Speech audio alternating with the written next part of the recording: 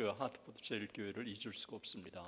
제가 2006년 안식년으로 왔을 때 외롭지 않게 따뜻하게 맞아주시고 또 수요일마다 말씀을 전할 수 있는 기회를 주신 것을 제가 기억하고요. 또 암 수술을 제가 받았을 때 여러분들이 사랑의 정성 어린 또 헌금도 주시고 기도하셨던 거, 또 이단과 싸울 때는 기도하시고 격려해 주신 거, 제게는 기억하고 너무 감사하고 있습니다. 하나님께서 저는 여러분들이 저를 한국에 파송해 주셨다는 또 생각을 제 나름대로 갖고 있는데, 이렇게 다시 뵙게 돼서 감사하고요.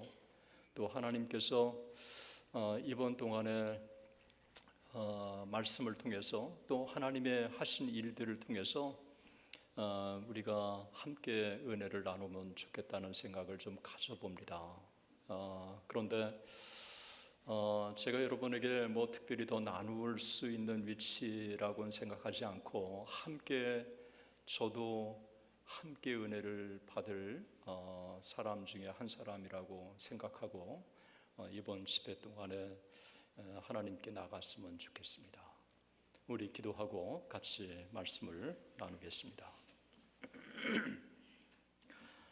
사랑의 하나님 아버지, 하나님의 은혜와 사랑을 참으로 감사합니다.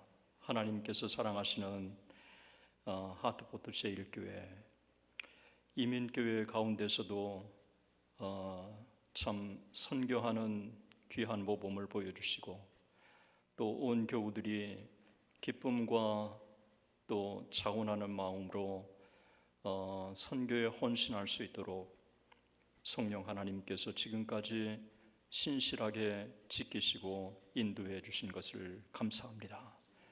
하나님께서 세우신 몸된 교회가 주님 오시는 그날까지 선교의 사명을 잘 감당할 수 있도록 도우시고, 그래서 하나님께 드리는 그 헌신을 통해서 교회가 축복을 받게 하시고 가정의 축복을 받게 하시고 또 자녀들이 축복을 받게 해주셔서 복음이 계속해서 참 우리의 후손들을 통해서 계승돼 나갈 수 있도록 은혜를 더해 주시기를 원합니다. 이번 집회 동안에 부족한 종을 보내주셨는데 정말 하나님이 제 부족함과 또 제 한계를 아십니다. 성령 하나님께서 친히 함께 해주셔서 말씀을 통해서 또 하나님이 하신 일들을 통해서 또 실제로 선교로 파송을 받은 자들이 이루신 그 역사를 통해서 우리가 다시 한번 선교적 소명을 확인하는 그런 시간이 되게 해 주옵소서. 살아계신 우리 주 예수 그리스도의 이름으로 기도드립니다. 아멘. 제가 이번 그 집회를 준비하면서 제게 떠오르는 단어 한 단어가 있었습니다. 그것은 파송이라고 하는 단어였습니다. 예수님께서 부활하신 이후에 그 두려워 떠는 제자들에게 나타나셔서 너에게 평강이 있을지어다 라고 말씀하신 다음에 그 제자들에게 하신 말씀이 있어요. 저는 이 말씀을 제가 읽다가 굉장히 큰 도전을 제가 받았어요. 예수님이 자신을 무엇이라고 생각하시는지, 그리고 제자들이 무엇을 하기를 원하시는지, 주님이 부활하신 이후에 첫 번째로 10명의 제자들에게 나타나셔서 너에게 평강이 있을지어다 하신 다음에 그 다음에 하시는 말씀이 아버지께서 나를 보내신 것 같이 나도 너희를 보내노라 라고 하셨어요. 예수님은 이 땅에 아버지로부터 파송을 받은 그 존재라고 하는 이 인식을 주님이 가지셨다고 하는 사실이었습니다. 주님이 사실은 최초의 선교사였던 거죠. 아버지께서 나를 파송한 것 같이 나도 너희를 보내노라. 우리 예수님께서 제자들에게 그렇게 부탁을 하신 거였습니다. 저는 마태복음을 오늘 본문을 이해하기 위해서 마태복음을 다시 제가 찬찬히 읽기 시작했습니다. 이러면서 예수님은 공생애 동안에 그 자기가 파송을 받은 자라고 하는 의식을 가지고 예수님이 이 땅에서 세 가지 사역을 하신 거예요. 가르치시고 그 다음에 전파하시고 치료하시는 사역을 하신 겁니다. 제자들을 부르신 다음에 예수님이 무엇을 하셨는지를 마태복음 4장 23절 24절에서 진술한 다음에 그 다음에 그 제자들을 다시 세상으로 파송하시기 전에 9장 35절에 우리 주님이 똑같은 것을 하셨다는 것을 마태가 새롭게 진술을 하고 있습니다. 예수님은 이 땅에서 파송을 받은 자로서 공생애를 사시는 동안에 세 가지 일을 하신 거예요. 그러니까 가르치시는 사역, 전파하시는 사역, 치료하시는 사역을 하신 겁니다. 그래서 제가 예수님의 공생애 동안에 하신 거를 쭉 보니까 이 세 가지 사역이 마태복음뿐만 아니라 누가복음의 4장에도 이 세 가지 사역이 그대로 강조되어 있는 것을 제가 확인을 할 수 있었습니다. 마태복음 4장에 보면 14절에 15절에 저희 회당에서 가르치심에라고 그렇게 말씀을 하시고 18절에 보면 복음을 전하게 하시려고라고 말씀을 하고 있고 그 다음에 19절에 보면 주의 은혜의 해를 전파하게 하려 하심이라 라고 말씀하고 있고 그리고 32절에 보면 그들이 그 가르치심에 놀라니 그러니까 예수님의 이 전체 사역을 보면 가르치시고 전파하시고 치료하신 이 세 가지 사역을 감당하신 거였습니다. 달리 제가 예수님이 이 땅에서 하셨던 이 공생애 동안에 하셨던 이 사역을 세 가지로 집약한 거 외에는 달리 예수님의 공생애를 우리가 풀어갈 수가 없는 것 같습니다. 예수님이 12제자를 택하신 이유도 이 세 가지를 그들에게 맡기시려고 예수님이 12제자를 부르신 거였습니다. 그리고 12제자를 부르신 다음에 마태복음 10장 1절에 보면 동일한 것을 제자들에게 부탁을 하셨습니다. 그리고 제자들은 실제로 그 가능성을 예수님이 살아계시는 동안은 보여주신 거예요. 그런데 예수님이 십자가에 달려 돌아가시기 바로 직전에 보면 이 제자들이 주님을 다 떠나는데 보통 떠나는 게 아니라 우리가 잘 아는 대로 그냥 완벽하게 주님을 배반하는 거였습니다. 제가 다시 성경을 제가 보면서 마태복음 26장을 주목해 보기 시작했어요.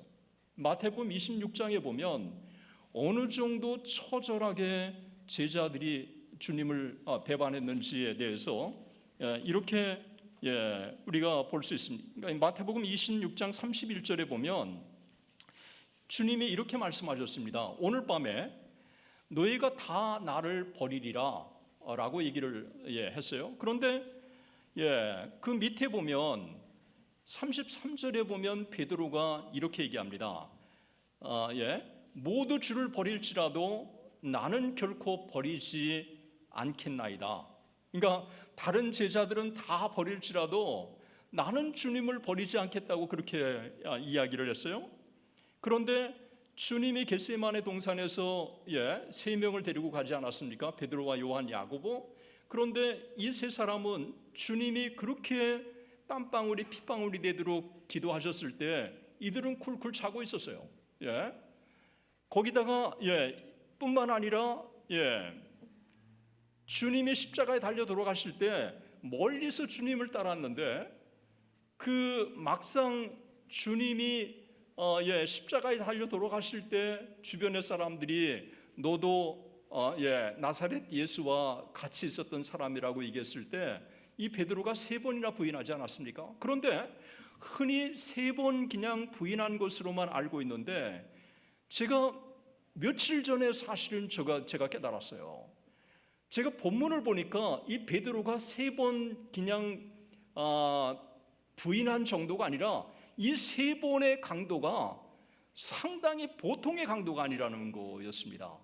한번 주목해 보시면 우리가 좋을 것 같습니다. 여러분 26장 마태복음 26장 69절을 한번 봐주시면 좋을 것 같습니다. 마태복음 26장 69절 69절 이하에 얼마나 베드로가 주님을 정말 처절할 정도로 그 배반하는지 69절에 보면 베드로가 바깥들에 앉았더니 한 여종이 나와 이르되 너도 갈릴리 사람 예수와 함께 있었도다. 70절에 베드로가 이렇게 대답하죠. 모든 사람 앞에서 부인하여 이르되 나는 내가 무슨 말을 하는지 알지 못하겠노라. 그러니까 부인하여 이르되라고 얘기를 했어요. 71절에 보니까 앞문까지 나아가니 다른 여종이 그를 보고 거기 있는 사람들에게 말하되 이 사람은 나사렛 예수와 함께 있었도다 하매 이때 두 번째 베드로가 부인했을 때는요 72절을 보세요. 맹세하고 또 부인하여 그냥 부인한 게 아니라요 맹세하고 부인했다고 하는 거예요. 나는 그 사람을 알지 못하노라. 그런데 73절에 보면 조금 후에 곁에 섰던 사람이 나와 베드로에게 이르되 너도 진실로 그 도당이라 네 말소리가 너를 표명한다. 그러니까 갈릴리 사투리를 딱 보니까 예수님과 함께하는 사람인 것을 알죠. 대구 사람은 뭐 금방 대구 사투리 아는 것처럼 평안도 사투리가 아는 것처럼 바로 예수님과 함께 있었던 거라는 걸 네 말투가 보여준다고 하는 거죠. 그러니까 더 이상 피할 수가 없지 않습니까? 그런데 74절에 보니까 베드로가 뭐라 했습니까? 그가 저주하며 맹세하여 이르되 나는 그 사람을 알지 못하노라. 여기 저주하며 맹세하여 처음에는 부인하고요. 그 다음에 맹세하고 부인하고요. 그 다음에 세 번째는 저주하고 맹세하면서 나는 그를 알지 못한다고 했다는 거예요. 여러분 수제자라고 했던 베드로가 예수님을 3번 그냥 단순하게 부인한 게 아니라 처절할 정도로 예수님을 부인한 거였습니다. 그러니까 정말 모든 사람들이 다 제자들이 주님을 떠난 거예요. 여러분 이 제자들이 얼마나 사랑을 많이 받았습니까?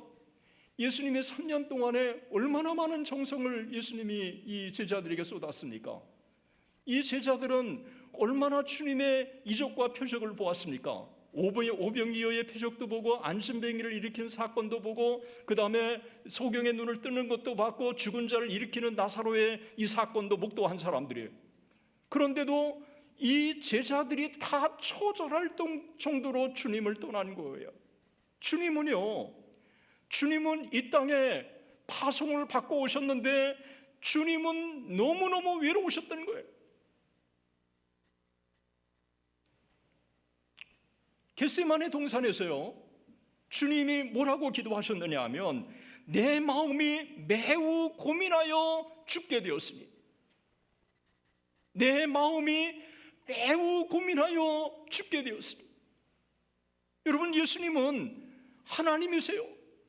그런데 이 땅에 오셨는데 주님이 완전한 인간이신 주님이 얼마나 그분이 심한 고민에 빠졌으면 내 마음이 심히 고민하여 죽게 되었으니 라고 그렇게 말을 했을까요?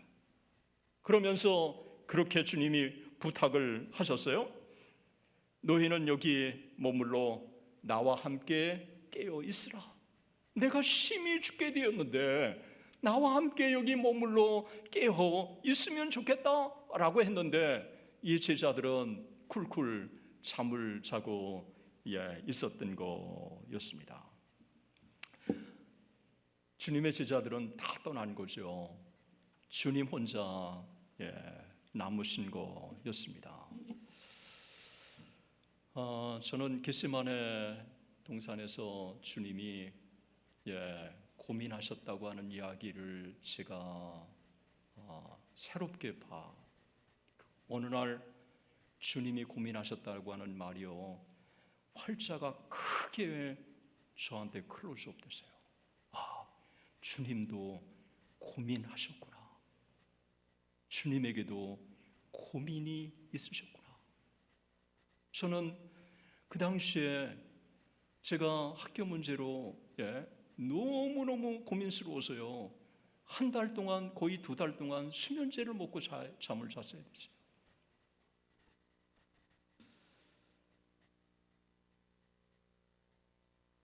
여러분, 목회자라고 고민이 없는 게 아니라, 여러분 어떤지 모르겠어요. 저는 다른 목회자는 모르겠는데요, 저는 늘 고민이 떠나지 않는 거예요. 이단과 싸울 때는 이단에 대한 고민이 저를 엄습하고 있고, 그 다음에 암 수술 받고는 여전히 폐암과 대장암, 저는 제 암이 수술 받고 나서는 혹시 재발하지 않을까라고 하는 이 두려움이 저를 떠나지 않는 거예요. 또 자녀들에 대한 고민은 어떻습니까? 매일 우리는 고민 가운데 처해 있는 거예요. 그러니까 여러분들이 나는 왜 고민이 없을까? 아니, 나는 왜 이렇게 고민이 많을까? 왜 나는 이렇게 어려움이 있을까? 라고 생각할 필요가 없어요. 제가 볼 때 모든 사람들이 고민이 있는 거고요, 주님도 고민이 있으셨어요.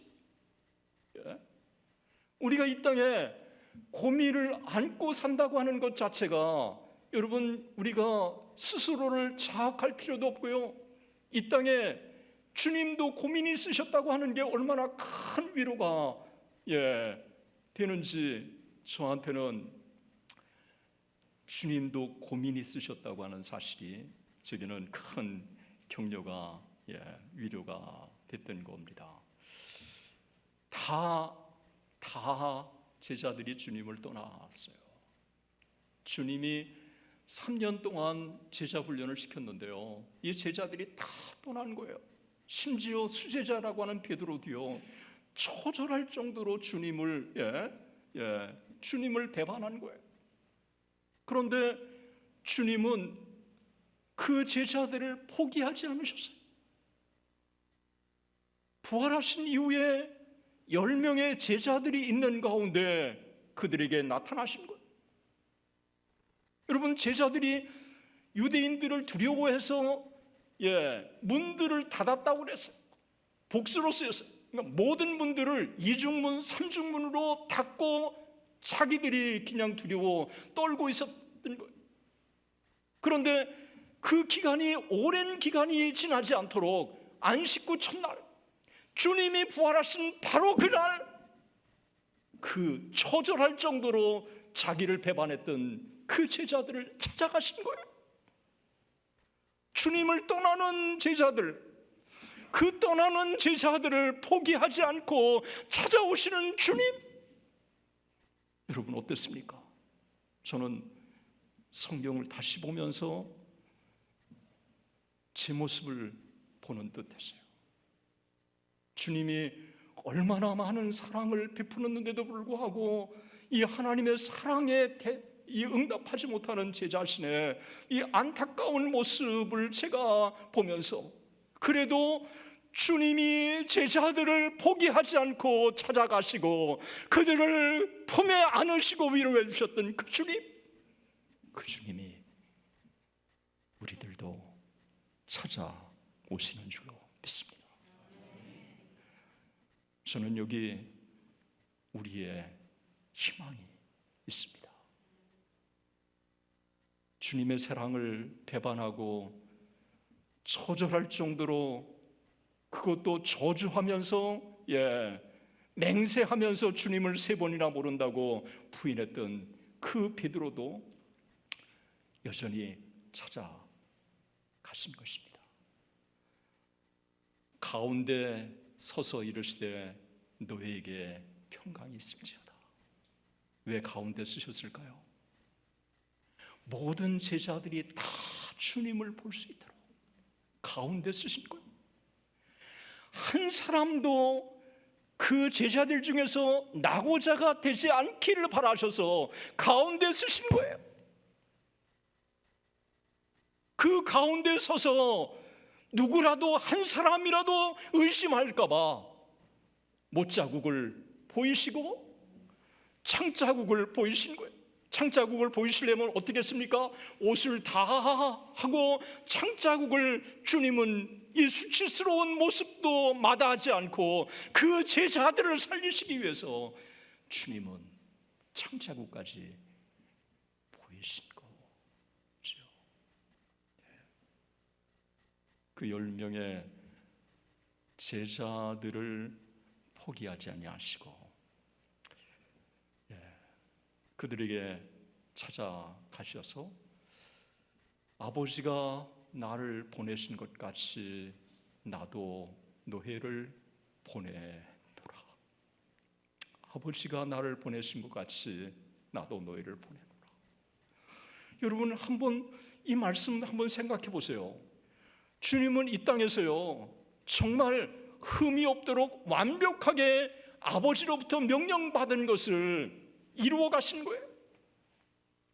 주님은 우리가 하는 것처럼 그는 밤이 맞도록 기도하시고 성령의 충만을 받으시고, 하나도 그 주님은 아버지의 뜻을 제대로 구현하지 않을 정도로, 없을 정도로 주님은 이 땅에서 완벽하게 아버지의 뜻을 이루어 가신 거예요. 그런데 아버지가 나를 보내신 것 같이 나도 너희를 보내노라. 바로 아버지가 나를 보내시고 내 사역을 감당한 것처럼 그렇게 의심 많고 제대로 사역을 감당하지 못하는 제자들에게도 동등한 이 사실을 인정해 주시고 전혀 의심하지 않고 그들을 파송해 주신 거예요. 저 같으면 베드로에게 한바탕 꾸짖으시고, 아니 다 버릴지라도 나는 버리지 않겠다고 네가 하지 않았느냐, 야단을 딱 친 다음에 그래도 너 나 사랑해 라고 했을 텐데 이런 책망 한마디도 주님은 없으셨어요. 그 제자들을 동일하게 그들의 제자를 부르신 처음에 그 부르심의 권위를 우리 주님은 인정하시고, 아버지가 나를 보내신 것 같이 나도 너희를 보내신다고 주님이 말씀하신 겁니다. 그런데 그 제자들이요 그렇게 하신 다음에 주님이 그 제자들에게 무엇을 말씀하셨습니까? 숨을 내쉬며 가라사대 성령을 받으라. 숨을 내쉬며 가라사대 성령을 받으라. 여러분, 제자들이 파송의 사명을 제대로 감당하려면 성령의 충만을 받지 않고는 파송의 사명을 감당할 수 없기 때문에 주님은 그들을 파송하시면서 동시에 성령을 받으라고 명령하신 것입니다. 주님이 이 땅에 3가지 사역을 어떻게 감당하셨을까요? 주님은 이 3가지 사역을 감당하신 것을 성경을 제가 다시 보니까요 주님은 세례를 받으실 때 성령이 비둘기같이 임하셨죠. 성령이 충만을 받아서 그가 광야로 와서 40일을 금식하셨죠. 40일을 금식한 다음에 성령의 권능으로 갈릴리로 돌아오셨죠. 그리고 성령의 놀라운 충만으로 그 주님은 이적을 베푸셨죠. 그리고 누가복음 11장 13절에 보면 악할지라도 자식에게 좋은 것을 줄 줄 알거든. 천부께서 구하는 자에게 성령을 주시지 않겠느냐라고 말씀을 하시면서 성령을 약속하셨죠. 그리고 실제로 내가 떠나는 것이 유익이라고 말씀하시고 보혜사를 약속하셨죠. 부활하신 다음에 제자들에게 제일 먼저 말씀하신 게 성령을 받으라고 하는 거였어요. 그리고 승천하시기 전에 제자들에게 예루살렘을 떠나지 말라고 하신 것도 성령을 받으라고 명하신 거예요. 이건 뭘 보여주고 있습니까? 우리가 이 땅에 주님으로부터 우리에게 맡겨주신 파송의 사명을 감당하려면 성령의 충만을 받아야 될 줄로 믿습니다. 주님도 이 땅에 성령의 충만을 받고 자신의 사역을 감당하신 거예요. 주님은 스스로가 공생애를 어떻게 해석을 하셨는지가 누가복음에 나옵니다. 누가복음 4장에 보면 성령이 내게 임하셨으니, 성령이 내게 임하셨으니, 주의 이 위대한 사역을 주님이 어떻게 감당하셨느냐라고 했을 때 우리 주님은 성령이 그 가운데 임하셨기 때문에 주의 사역을 감당하셨다고 하는 것입니다. 그리고 그 제자들에게 무슨 약속을 하셨습니까? 숨을 내쉬며 가라사대 성령을 받으라 라고 하신 다음에 그 제자들에게 이렇게 너희가 누구의 죄든지 사하면 사하여 줄 것이요 누구의 죄든지 그대로 두면 그대로 있으리라. 여러분, 죄 용서의 고난을 제자들에게 말씀하신 거예요. 여러분, 죄 용서에 대한 고난은 누구의 고난입니까? 예수님의 고유한 고난이에요. 그런데 예수님의 고유한 신적인 고난을 파송받은 사람들에게 우리 주님께서는 이 가장 위대한 이 고난을 파송받은 사람들에게 위임하셨다는 거예요. 이거는요 굉장히 놀라운 사실이에요. 성령이 우리 가운데 임하심으로 말미암아 실제로 사도행전에 보면 제자들이 주님이 행하셨던 똑같은 기적을 제자들이 행하시는 거예요. 이 땅에 우리의 힘으로는 사역을 감당할 수 없습니다. 그러나 성령이 우리와 함께 하시면 가능한 줄로 믿습니다. 그리고 그 성령이 우리로 하여금 가능케 하시는 줄로 믿습니다. 여기에 바로 기독교의 생명이 있고요, 또 여기에 우리가 매 순간 좌절 가운데서도 우리가 포기하지 않아야 할 이유가 여기에 있다고 하는 것입니다.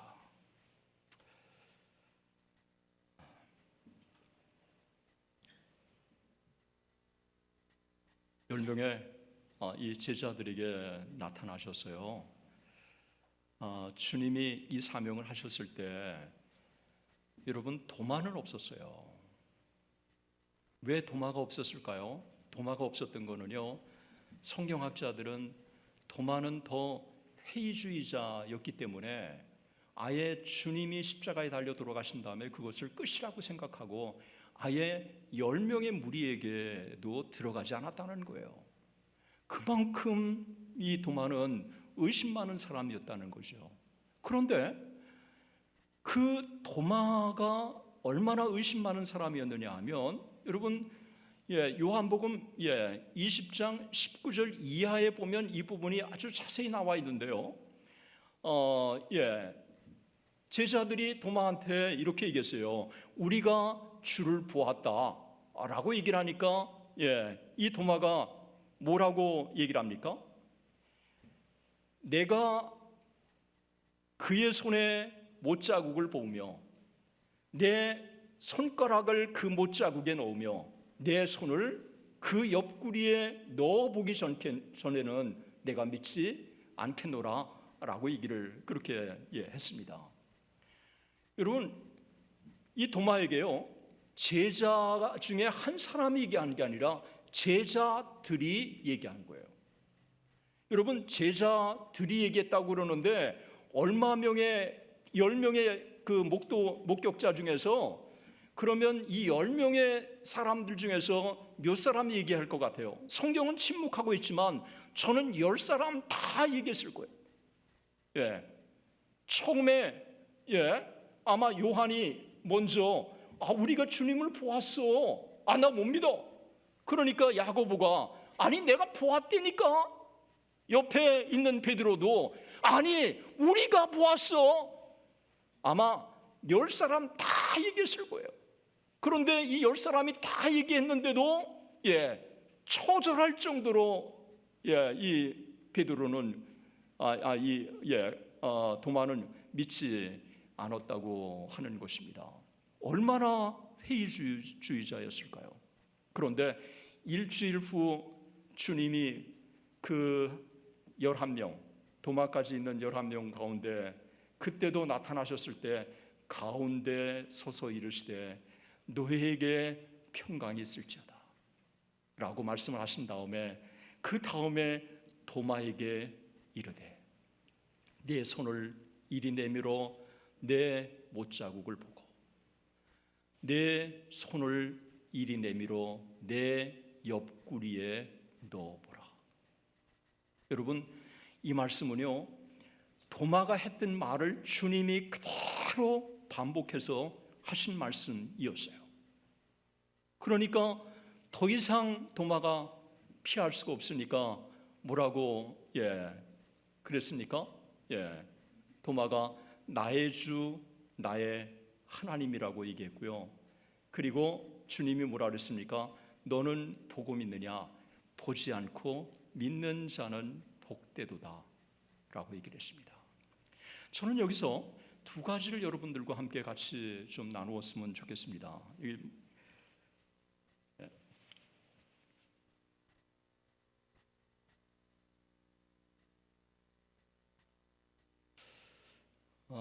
며칠 전에요. 이제 제가 아는 분인데 뉴욕에 사시는 분인데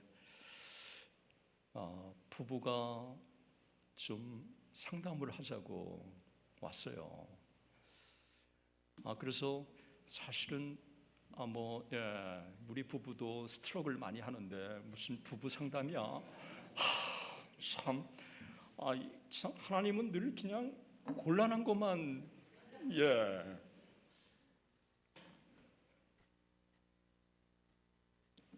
그런데 중재하시는 분이 나를 굉장히 대단한 사람으로 그냥 포장을 어떻게 했는지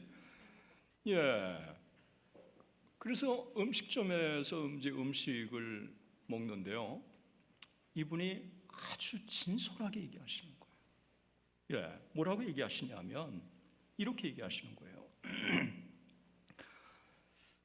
저는 하나님이 계시다고도 믿지 않고 안 계시다고도 믿지 않습니다 라고 얘기하는 거예요. 여러분, 차라리 안 믿는다고 그러면 대화하기가 좋지 않습니까? 그런데 계시다고도 믿지 않고 안 계시다고도 믿지 않는다는 거예요. 양쪽으로 다 빠져나갈 구멍을 만들어 놓고 대화를 딱 하는 거예요. 근데 여러분, 그럴 경우에는 어떻게 여러분들이 그 답변을 하겠어요?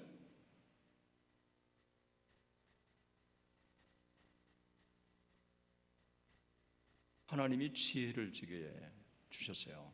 또 지혜일 뿐만 아니라 제가 그렇게 또 알고 있는 거죠. 내가 하나님이 살아계심을 체험하지 않았다고 해서 그 하나님이 계시지 않다고 단정하는 것처럼 어리석은 게 없다. 왜냐하면 그 하나님이 살아계심을 나는 너무너무 많이 체험을 했기 때문에 나는 하나님이 살아계신 것에 대해서 추호의 의심도 없다. 이거는 내가 목사기 때문이 아니라 이미 제 생애 동안에 하나님이 내게 너무도 많은 것들을 간섭하셨기 때문에 나는 하나님이 살아계신 것에 대해서 전혀 나는 의심하지 않는다. 나뿐만 아니라 기독교 2000년의 역사 속에서 너무도 뛰어난 많은 사람들이 하나님이 살아계심을 믿었고 그 하나님의 살아계심을 믿고 그를 위해서 일생을 헌신한 사람들이 너무너무 많다. 게다가 성경은 태초에 하나님이 천지를 창조하셨다고 기록하고 있고 그 성경 모든 기록들이 하나님의 살아계심을 증언하고 있다. 내가 하나님이 살아계심을 경험하지 않았다고 해서 하나님이 존재하지 않는다고 단정하는 것처럼 정말 어리석은 진단은 없다. 내가 하나님이 살아계신지 안 계신지에 대해서 이걸 가지고 내가 수없이 사유를 동원해 가지고 내가 입증하려고 한다고 하는데도 일생 동안 죽을 때까지 입증할 수가 없다. 오히려 다른 사람이 경험했던 하나님의 살아계심, 기독교 역사 속에 수많은 사람들이 하나님의 살아계심을 경험했던 그 경험, 성경에 있는 그 하나님의 살아계심이 나도 경험될 수 있게 해달라고 아버지 하나님 앞에 기도하는 기도 제목으로 바꾸는 게 이게 우리가 해야 할 일이다. 이분이 여기에 설득을 당했어요. 저는요, 이 기회를 놓치고 싶지 않았어요. 함께 우리 기도하면 좋겠다. 아내하고 같이 갔는데요, 아내 이쪽에서 하고 부부 있고 저는 또 이쪽에서 하고, 순간 아내한테 당신이 먼저 기도하고 내가 그 다음에 이어서 기도하겠다고. 아내가 기도하는 목소리를 들으니까 땀을 뻘뻘 내면서 기도하는 것 같아요. 돌아와서 아내가 참 당황했다고 얘기를 해서 사전에 미리 부탁한 게 아니라, 아니 그 분위기 속에서 어떻게 사전에 계획을 짭니까? 성령께서 인도해 주시는 대로, 죄송해요, 또 이 성령을 빙자해서 그리고 이제 제가 또 기도했어요. 하나님, 이제 그분이 김 선생님이신데 이 김 선생님의 마음을 열어주셔서 주님이 살아계심을 이분이 느낄 수 있도록 간섭하시고 인도해 주시면 좋겠다고 정말 진실되게 그냥 솔직하게 간절히 기도했어요. 이분이 끝나고 자기 생전에 처음으로 기도하면서 눈물을 흘렸다고 그렇게 이야기를 했어요. 사실은요, 제가 하트포트 제1교회 말씀을 전해야 되는데, 아니 또 난데없이 또 만나자고 이거 피해야 되는 거 아닌가 고민을 하다가 하트포트 집회하고 이거하고 별개가 아닐 거다. 이민자들의 이 아픔을 하나님이 아시고 그리고 이 집회하고 별개가 아니라 생각하고 만났고요. 하나님이 제게 주시는 은혜가 참 많았고요.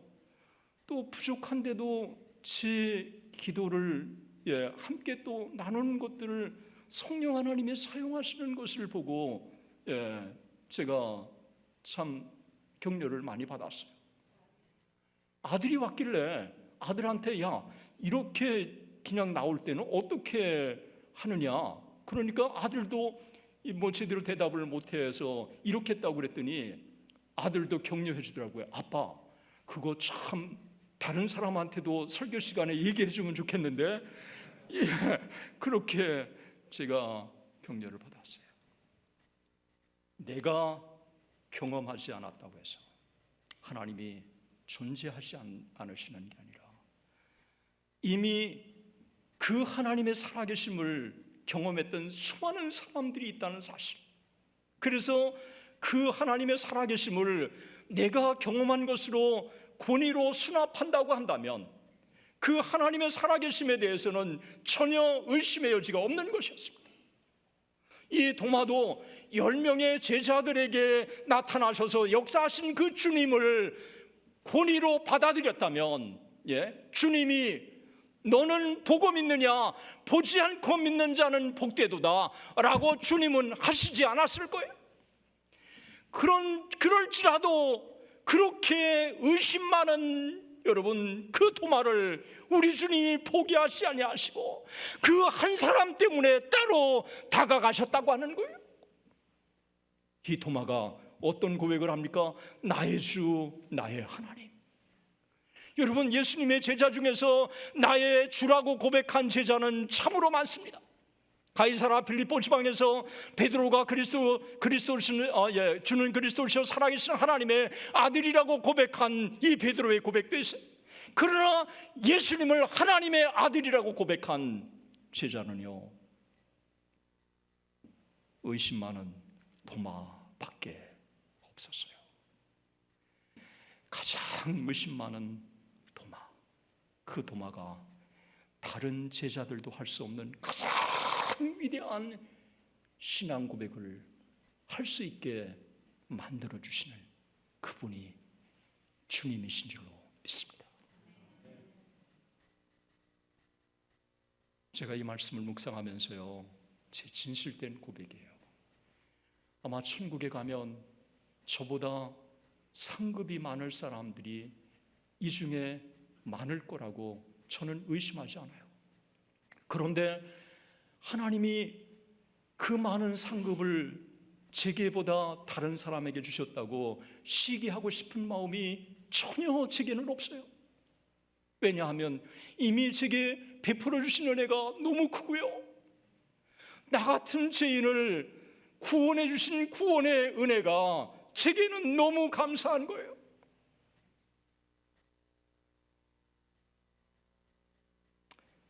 가장 의심 많은 도마, 우리 주님이 포기하지 아니하시고 가장 위대한 신앙을 고백하게 하시는 그 주님,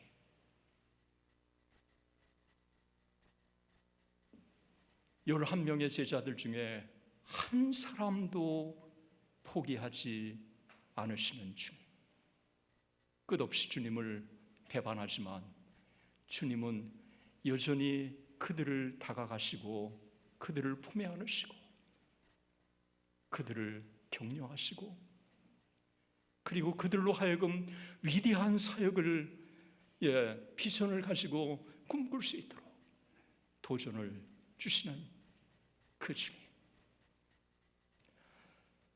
그 주님이 우리의 주님이신 줄로 믿습니다. 아마 제자들이 이랬을 거예요. 우리 주님은 베드로만 사랑하시는 분이 아니고, 우리 주님은 요한만 사랑하시는 분이 아니고, 우리 주님은 야고보만 사랑하시는 주님이 아니고, 우리 주님은 저 도마까지, 저 도마까지 사랑하시는 분이야. 얼마나 위대하셔. 자, 우리 그 주님을 위해서 우리 일하자. 그 주님을 전파하자. 아마 제자들은 그렇게 격려 얻었을 겁니다.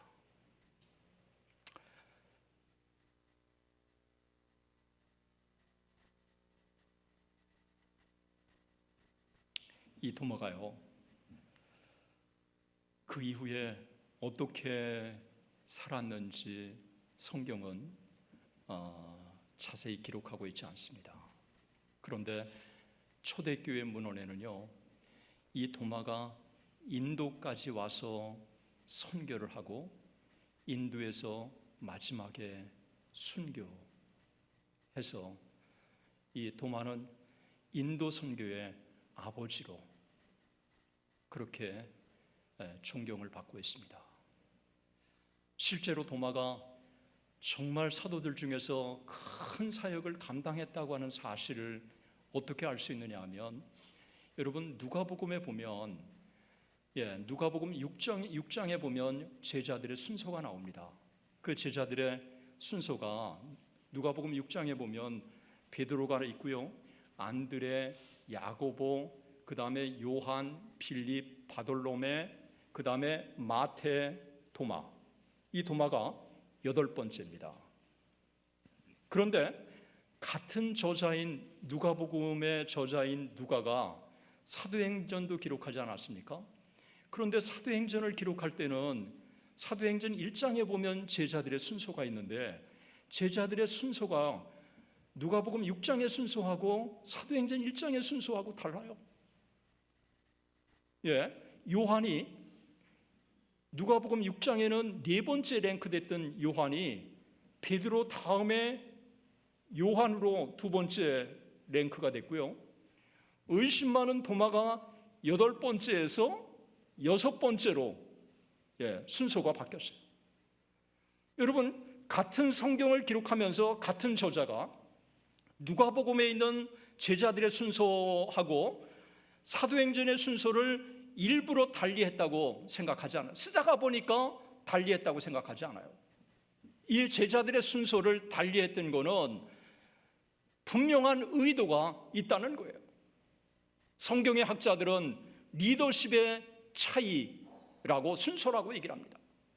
그러니까 부활하신 주님을 만난 다음에 이 도마가 제자들 가운데 훨씬 더 뛰어난 리더십을 발휘했다는 것을 실제적으로 사도행전 1장이 보여주고 있는 것입니다.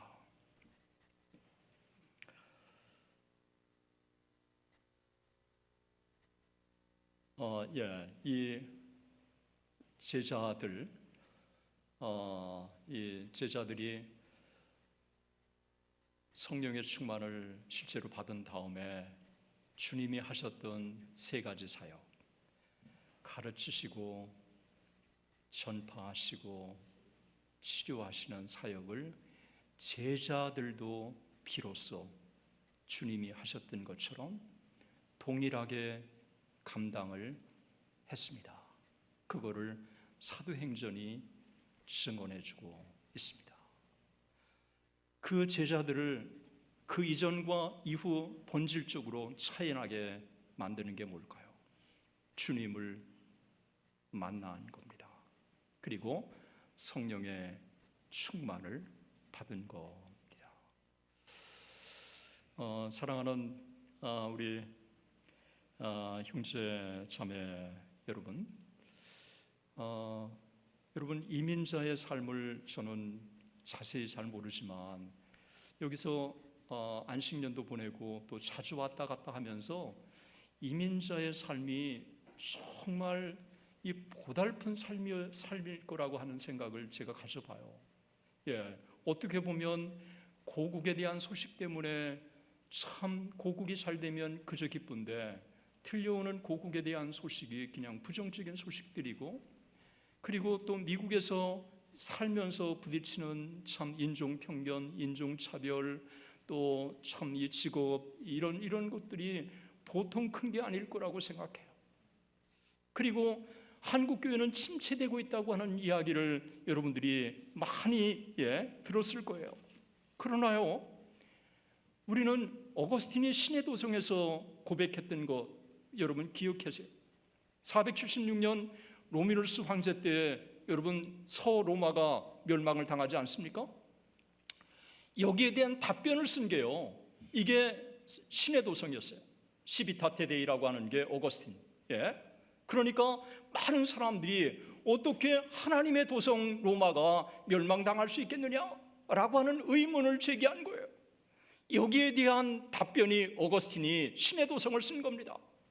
신의 도성을 써서 세상 나라는 멸망할 수 있지만 그러나 하나님의 나라는 세상 나라의 멸망에도 불구하고 흔들리지 않고 계속해서 주님이 오실 때까지 확산돼 간다.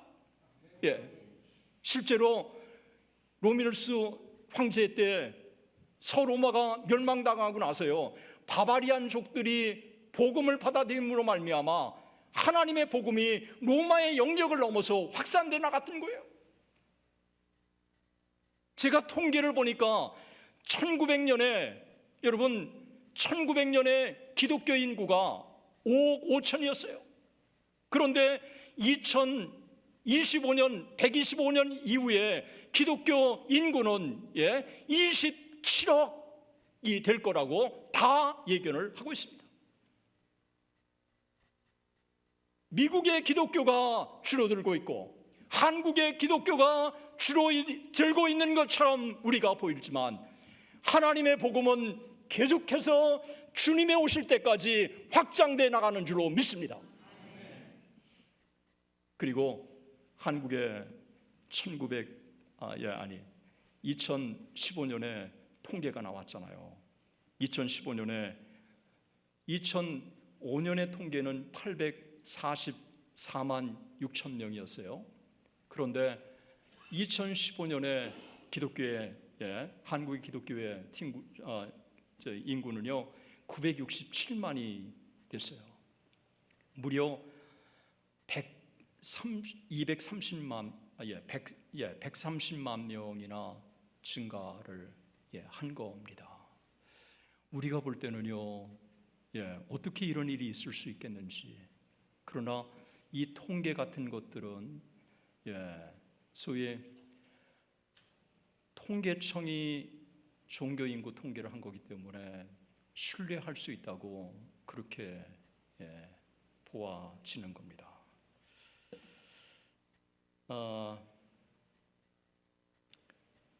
여러분 세월호 사건 아시죠?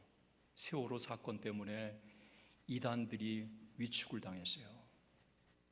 세월호 사건만 없으면 이단의 교세는 폭발적으로 더 증가했을 거예요. 저는요 교회사를 공부하는 사람으로 이단이 이렇게 범람하다가는 한국교회 정말 하루아침에 망할 것 같은 두려움이 있었어요.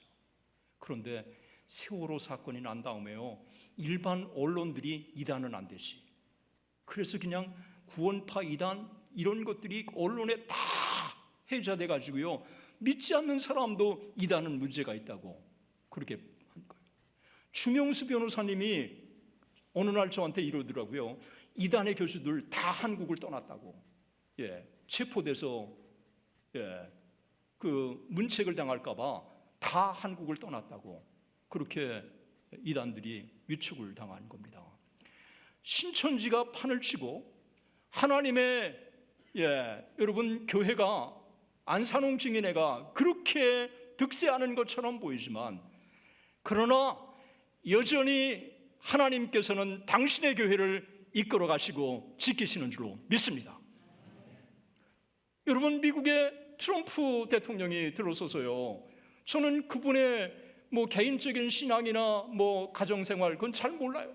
그러나 분명한 것은 기독교적인 가치가 다시 회복되고 있다고 하는 이 사실에 대해서는 많은 사람들이 동의하고 있어요. 어떻게 보면 실패처럼 보이고 세상이 악이 승리하는 것처럼 보이지만 하나님은 살아 계시는 줄로 믿습니다. 당신의 교회를 이끌어 가시고 이 땅에 여전히 하나님의 복음은 계속해서 확산돼 나가는 것입니다. 우리는 여전히 그 하나님을 신뢰하고 주님이 걸어가셨던 것처럼 여전히 그 길을 우리가 묵묵하게 따라가는 것입니다. 그리고 이 일을 위해서 주님이 하셨던 것처럼 성령 안에서 기도하며 말씀으로 주님이 하셨던 것처럼 그렇게 묵묵하게 주에 맡겨진 사역을 교회가 감당하고 우리 개인들이 감당해 간다면 하나님이 하나님의 교회를 더 축복하실 것이고 또 우리의 가정을 축복하실 것이고 또 우리의 일터를 축복하실 것이고 또 우리의 자녀들을 축복해 주실 줄로 믿습니다. 선교사 파송과 GNP가 공교롭게도 서로 정비례한다고 하는 이야기를 많은 학자들이 이야기를 했는데 지금도 여전히 마찬가지라고 생각합니다. 한국교회 선교사 많이 파송하고 하나님의 교회가 선교의 사역을 계속해서 흔들리지 않고 감당하는 것 하나님 기뻐하게 해드리는 귀한 일이라고 생각합니다. 하나님이 이 밤에 우리 모두를 축복하시고 또 우리에게 격려하시고 또 찾아오셔서 도마를 축복하셨던 것처럼 또 10명의 제자들을 여전히 사랑하셨던 것처럼 우리를 찾아오셔서 우리를 변함없이 격려하시고 인도하시는 줄로 믿습니다. 우리 기도하시겠습니다.